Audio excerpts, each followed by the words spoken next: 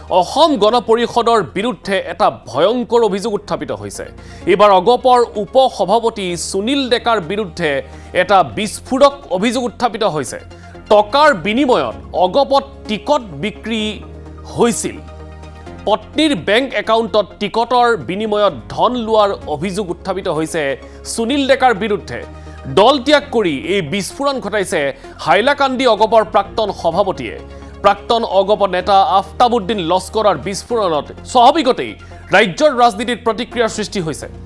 সুনীল ডেকাৰ বিৰুদ্ধে আন এটা বিস্ফোৰণ ঘটাইছে লস্কৰে। তেওঁ কৈছে যে সুনীল ডেকাই লোকসভা নিৰ্বাচনত বিচৰা নাছিল বিজেপিৰ কৰিমগঞ্জ জয়, অৰ্থাৎ বিজেপিৰ প্ৰাৰ্থীগৰাকীৰ কৰিমগঞ্জ সমষ্টিত জয় বিচৰা নাছিল এইগৰাকী সুনীল ডেকাই। অগপ অতুল বৰা এণ্ড কোম্পানীলৈ পৰ্যবেক্ষিত হোৱা বুলিও লস্কৰে এটা ডাঙৰ অভিযোগ উত্থাপিত কৰিছে। আমি আকৌ জনাইছোঁ এটা গুৰুত্বপূৰ্ণ খবৰ, ৰাজনৈতিকভাৱে যিসকল নেতা দলটোৰ প্ৰতি দায়বদ্ধ নহয় তেনেকুৱা নেতাৰ তালিকা লাহে লাহে দীঘলীয়া হৈ গৈছে। আৰু তেনেকুৱা এটা সময়তে এগৰাকী অগপ নেতা, এগৰাকী অগপৰ উপ সভাপতিৰ বিৰুদ্ধে এটা ডাঙৰ অভিযোগ উত্থাপিত হৈছে। সুনীল ডেকাৰ বিৰুদ্ধে অভিযোগ যে সুনীল ডেকাই টকাৰ বিনিময়ত অগপত টিকট বিক্ৰী কৰিছিল আৰু নিজৰ একাউণ্টত নহয়, নিজৰ পত্নীৰ একাউণ্টত সেই টকা বা সেই ধন তেওঁ জমা ৰাখিছিল। আৰু এই বিস্ফোৰণ ঘটাইছে কোনো বিৰোধী দলে নহয়, এই বিস্ফোৰণ ঘটাইছে সদ্য দলত্যাগী এজন অগপ নেতাই। হাইলাকান্দিৰ অগপৰ প্ৰাক্তন সভাপতিয়ে এই বিস্ফোৰণ ঘটাইছে। অগপ নেতা, প্ৰাক্তন অগপ নেতা আফতাবুদ্দিন লস্কৰৰ এই বিস্ফোৰণত স্বাভাৱিকতেই ৰাজ্যৰ ৰাজনীতিত প্ৰতিক্ৰিয়াৰ সৃষ্টি হৈছে, হোৱাটো স্বাভাৱিক। কাৰণ সঁচাকৈয়ে যদি এই ধৰণৰ ঘটনা অগপৰ ভিতৰচৰাত সংঘটিত হৈছিল তেতিয়াহ'লে কিন্তু এইটো ডাঙৰ ঘটনা। আৰু বিশেষকৈ সভাপতি উপসভাপতিয়ে এই বিষয়টোক লৈ যথেষ্ট গুৰুত্ব সহকাৰে তদন্ত কৰিব, এটা ব্যৱস্থা কৰিব লাগে। আৰু লগতে যদিহে সঁচাকৈ সুনীল ডেকাৰ বিৰুদ্ধে উত্থাপিত হোৱা এই অভিযোগ সত্য হয় তেতিয়াহ'লে সুনীল ডেকাৰ বিৰুদ্ধে ব্যৱস্থা গ্ৰহণৰ নিৰ্দেশ দিব লাগে। প্ৰথমতে আমি জনাবলৈ বিচাৰিছোঁ আফতাবুদ্দিন লস্কৰে সুনীল ডেকাৰ বিৰুদ্ধে কি অভিযোগ উত্থাপিত কৰিছে। দল হিচাপে আজিকালি নাই। 85ৰ অসম গণ পৰিষদ দল এতিয়া অতুল বৰা কোম্পানী হিচাপে এতিয়ালৈকে আছে। চাওক, যেনেকুৱা প্ৰাইভেট কোম্পানীয়ে মাৰ্কেটিং কৰে, এই আসামৰ গোটেই ঠাইত গোটেই ডিষ্ট্ৰিক্টত অতুল বৰাৰ এটা কোম্পানীৰ এজেণ্ট হিচাপে মানুহ কাম কৰি আছে। মোৰ বৰাকৰ দায়িত্বত আছে অসম গণ পৰিষদৰ ভাইচ প্ৰেচিডেণ্ট সুনীল ডেকা, তেওঁ মাৰ্কেটিং হিচাপে কাম কৰি আছে। আপুনি চাব, গোটেই বৰাকৰ যিবিলাক বিভিন্ন দল মানে দলত মোৰ মানুহ আছে, চব গোটেই মানে দলৰ মানুহ আনি একদম শ্বৰ্ট টাইম ৰাখে, তাৰপিছত আকৌ চেঞ্জ কৰে। এই দলৰ নীতি আদৰ্শ একো নামানে। লাষ্ট মই 2021 চনত মই দলৰ সভাপতি থাকোঁতে মই এজিপিৰ আলকাপুৰৰ টিকেটটো পালোঁ। টিকেট পোৱাৰ পিছত তেওঁলোকে কি কৰিলে, মোৰ লগত বিশ্বাসঘাতকতা কৰিলে। আৰু সেই টিকেটৰ বিনিময়ত অগপৰ যি ব্যক্তি মোৰ বৰাকৰ দায়িত্বত আছে, তেওঁৰ মিছেছৰ একাউণ্টত মই পইচা ভৰাইছোঁ। পইচাৰ বিনিময়ত মোক টিকেট দিলে। আৰু মোৰ তাতে ক্লিয়াৰ কৰি পইচাটো নিলে, ক'লে ইয়াত বিজেপিৰ টিকেট দিয়া নহ'ব, ইয়াত এজিপিৰ টিকেট দিয়া হ'ব, বিজেপিয়ে মোক সহায় কৰিব। কিন্তু মোৰ টিকেট দিয়াৰ পিছত মোৰ মানে পালৰ পৰা টকাটো নিয়াৰ পিছত তেওঁলোকে মোৰ লগত বিশ্বাসঘাতকতা কৰিলে। ইয়াত বিজেপি টিকেটটো দি দিলে। দিয়াৰ পিছত মই মানা কৰিলোঁ, মই ইলেকশ্যনটো নেখেলোঁ। তাৰপিছত পাৰ্টীয়ে জোৰ জবস্তি কৰি মোক ইলেকশ্যন মানে খেলিব লাগে বুলি মোক ক'লে। মই দলৰ স্বাৰ্থত মই ইলেকশ্যনটো খেলিলোঁ। 21ৰ ইলেকশ্যনত টকাকানি লৈছে সুনীল ডেকাৰ মিছেছৰ একাউণ্টত, সুনীল ডেকাই মাতি লৈছে। টকা লৈছে, এটা ডাঙৰ এটা এমাউণ্ট লৈছে, তেওঁৰ মিছেছৰ একাউণ্টত আছে। একাউণ্টত টকা সেইটো ডিনাই কৰিব নোৱাৰে। একাউণ্টত মই টকা দিছোঁ, কিমান দিছোঁ তেওঁলোকক মানে সুনীল ডেকাক সুধিলে পাব। তেওঁৰ মিছেছৰ একাউণ্টত টকাটো দিছোঁ। এই 24 MP ইলেকশ্যনত সুনীল ডেকা ইয়াত আহিলে। সুনীল ডেকা এইটো ক'লে যে ইয়াত কংগ্ৰেছ জিতাটো ভাল হ'ব মোৰ কাৰণে, ইয়াত কৰিমগঞ্জৰ চিটত কংগ্ৰেছ জিতাটো ভাল হ'ব মোৰ দলৰ কাৰণে, বিজেপি অলপ টাফত থাকিব। এনেকুৱা নীতি, এনেকুৱা আদৰ্শ আজিকালি অসম গণ পৰিষদ দলৰ কেনেকুৱা থাকিম মই। এইকাৰণে মই অসম গণ পৰিষদ দলৰ প্ৰাথমিক সদস্যৰ পৰা যি চিফ এডভাইচাৰ আছিলোঁ হাইলাকান্দি জিলা কমিটিৰ চব পদৰ পৰা মই পদত্যাগ কৰিলোঁ। মই দলৰ সভাপতিৰ হোৱাটছআপত মই পদত্যাগ পত্ৰটো মই প্ৰেৰণ কৰিলোঁ 8 তাৰিখে।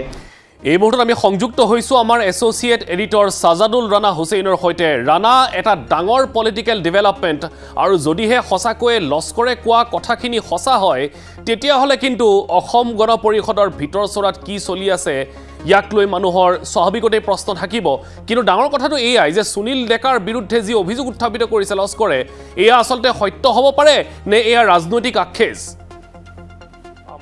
প্ৰথম কথাটো হ'ল যে যিগৰাকী আফতাবুদ্দিন লস্কৰ তেওঁ হাইলাকান্দি জিলাৰ সভাপতি আৰু আলগাপুৰৰ পৰা বিধানসভা নিৰ্বাচন 2021 চনত তেওঁ খেলিছিলে সেইটো সত্য কথা আৰু এটা সত্য কথা হ'ল যে আলগাপুৰত অগপ আৰু বিজেপি যদিও তেওঁলোক মিত্ৰতাত আছিল দুয়োটা দলৰে প্ৰাৰ্থী আছিল গতিকে সেই দিশৰ পৰা চাবলৈ গ'লে আফতাবুদ্দিন লস্কৰৰ টিকট কেন্দ্ৰিক যিখিনি কথা যে তেওঁ টিকট বিচাৰিছিল তেওঁ টিকট দিয়া হৈছিল আৰু পৰৱৰ্তী সময়ত তেওঁ টিকট দিয়াৰ পাছত যেতিয়া বিজেপিৰো প্ৰাৰ্থী থাকিল তেওঁ নিৰ্বাচন নেখেলিম বুলি কৈছিল কিন্তু দলৰ স্বাৰ্থ দলৰ নিৰ্দেশ মৰ্মে তেওঁ ইলেকশ্যন বা নিৰ্বাচন যে খেলিছিল সেই কথাখিনি সত্য এতিয়া মূল কথাটো হ'ল যে টিকটৰ বাবে তেওঁ সুনীল ডেকাক যি ধন দিয়া বা সুনীল ডেকাই তেওঁৰ পৰা ধন লৈছিল সুনীল ডেকাৰ পত্নীৰ একাউণ্টত ধন লৈছিল সেই কথাখিনিৰ প্ৰথম কথাটো আপুনি চাব লাগিব যে সুনীল ডেকা অসম গণ পৰিষদৰ উপসভাপতি আৰু তেওঁ বৰাকৰ দলটোৰ তত্ত্বাৱধায়ক সেই দিশৰ পৰা চাবলৈ গ'লে সুনীল ডেকাৰ কথাটো আফতাবুদ্দিন লস্কৰৰ মুখত যিখিনি কথা ওলাইছে সেই কথাখিনিৰ প্ৰাসংগিকতা আছে কিন্তু সত্যটো জানিবৰ কাৰণে আমি কিছু সময় আৰু অপেক্ষা কৰিব লাগিব আৰু এই ক্ষেত্ৰত সুনীল ডেকাৰ প্ৰতিক্ৰিয়াটো কি হয় সেইটো আটাইতকৈ লক্ষ্য কিন্তু ৰাণা তেওঁ আৰু এটা কথা কৈছে যে কৰিমগঞ্জত বিজেপিৰ জয়টো বিচৰা নাছিল সুনীল ডেকাই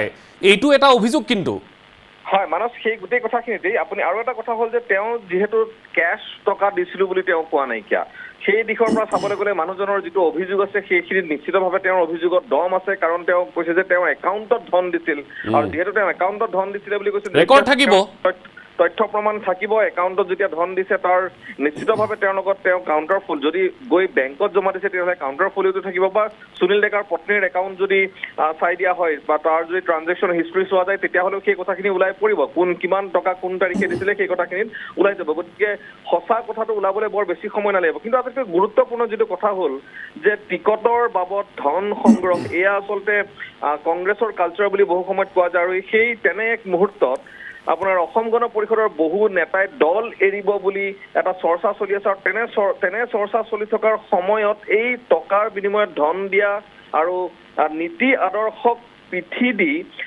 কেৱল নিজৰ স্বাৰ্থৰ বাবে ৰাজনীতি কৰা ধৰণৰ যিটো এটা অভিযোগ আহিছে আপুনি ঠিক যিটো প্ৰসংগ উল্লেখ কৰিছে যে বৰাকত বা বিশেষকৈ কৰিমগঞ্জ সমষ্টিটোত বিজেপিৰ প্ৰাৰ্থী কৃপানাথ মাল্লাৰ জয় বিচৰা নাছিল সুনীল ডেকা এই ধৰণৰ যিবোৰ কথা সেইবোৰ কথাই নিশ্চিতভাৱে ৰাজনীতি যে আৰু অধিক গৰম কৰিব সেইটো নিশ্চিত প্ৰথম কথা হ'ল সুনীল ডেকাৰ কি স্বাৰ্থ থাকিব পাৰে কৰিমগঞ্জত আপোনাৰ বিজেপিৰ প্ৰাৰ্থীগৰাকী যদি হাৰে বা জয়ী নহয় কংগ্ৰেছৰ যদি প্ৰাৰ্থী স্বাৰ্থটো কি থাকিব পাৰে নিশ্চয় ৰাণা মই আৰু এটা কথা শেষত আপোনাৰ পৰা জানিবলৈ বিচাৰিছো যে তেওঁ অতুল বৰা সন্দৰ্ভত এটা কৈছে যে অসম গণ পৰিষদ এতিয়া আৰু অসম গণ পৰিষদ হৈ থকা নাই এতিয়া অতুল বৰা এণ্ড কোম্পানী হৈছে কিন্তু এই গোটেই টকাৰ মেৰপেচটোত তেওঁ অতুল বৰাক ক'ৰবাত চুই গৈছে নেকি বা সাঙুৰিছে নেকি মানস তেওঁ যদিও পোনপটীয়াভাৱে অতুল বৰাৰ বিৰুদ্ধে আঙুলি আপোনাৰ এই ধনৰ লেনদেন প্ৰক্ৰিয়াটোত অতুল বৰাৰ বিৰুদ্ধে যদি কোনো ধৰণৰ পোনপটীয়া আঙুলি অনা নাই কিন্তু তেওঁ এটা কথা বাৰে বাৰে উল্লেখ কৰিছে যে এতিয়া অসম গণ পৰিষদৰ একাংশ নেতাই মাৰ্কেটিং কোম্পানীৰ হৈ যিসমূহ মাৰ্কেটিং এজেণ্টে কাম কৰে ঠিক তেনেদৰে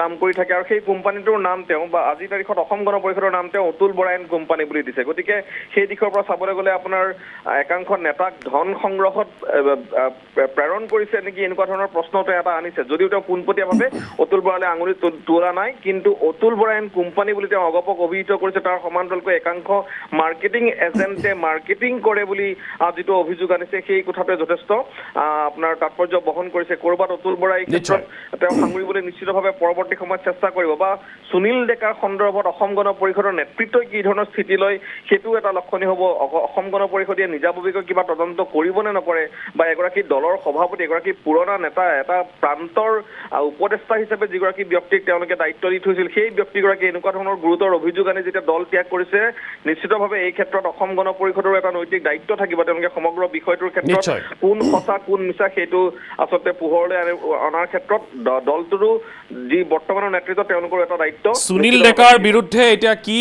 একশ্যন লয় অসম গণ পৰিষদ নেতৃত্বই সেইটো গুৰুত্বপূৰ্ণ কথা গতিকে যিহেতু অভিযোগ উত্থাপিত হৈছে গতিকে সুনীল ডেকাৰ বিৰুদ্ধে তদন্ত নিজাববীয়াকৈ কৰে নে নকৰে অতুল বৰা আৰু তেওঁৰ দলে লগতে এই যে লস্কৰে যিটো অভিযোগ এতিয়া উত্থাপন কৰিছে দল ত্যাগৰ পাছত তেওঁ আগতেই কিয় নকলে এইবোৰ কথা ইয়াক লৈ কিন্তু প্ৰশ্ন আছে নিশ্চয় মই ধন্যবাদ জ্ঞাপন কৰিছোঁ সাদাত ৰাণা হুছেইন আমাক এইখিনি তথ্য জনোৱাৰ বাবে কিন্তু এটা কথা ঠিক যে এই গোটেই বাতৰিটোৱে অগপৰ ভিতৰ চৰাৰ বাতাবৰণটো যে অলপমান হ'লে অস্থিৰ কৰিব সেয়া কিন্তু নিশ্চিত এতিয়া সকলো সভাপতি অতুল বৰাৰ ওপৰত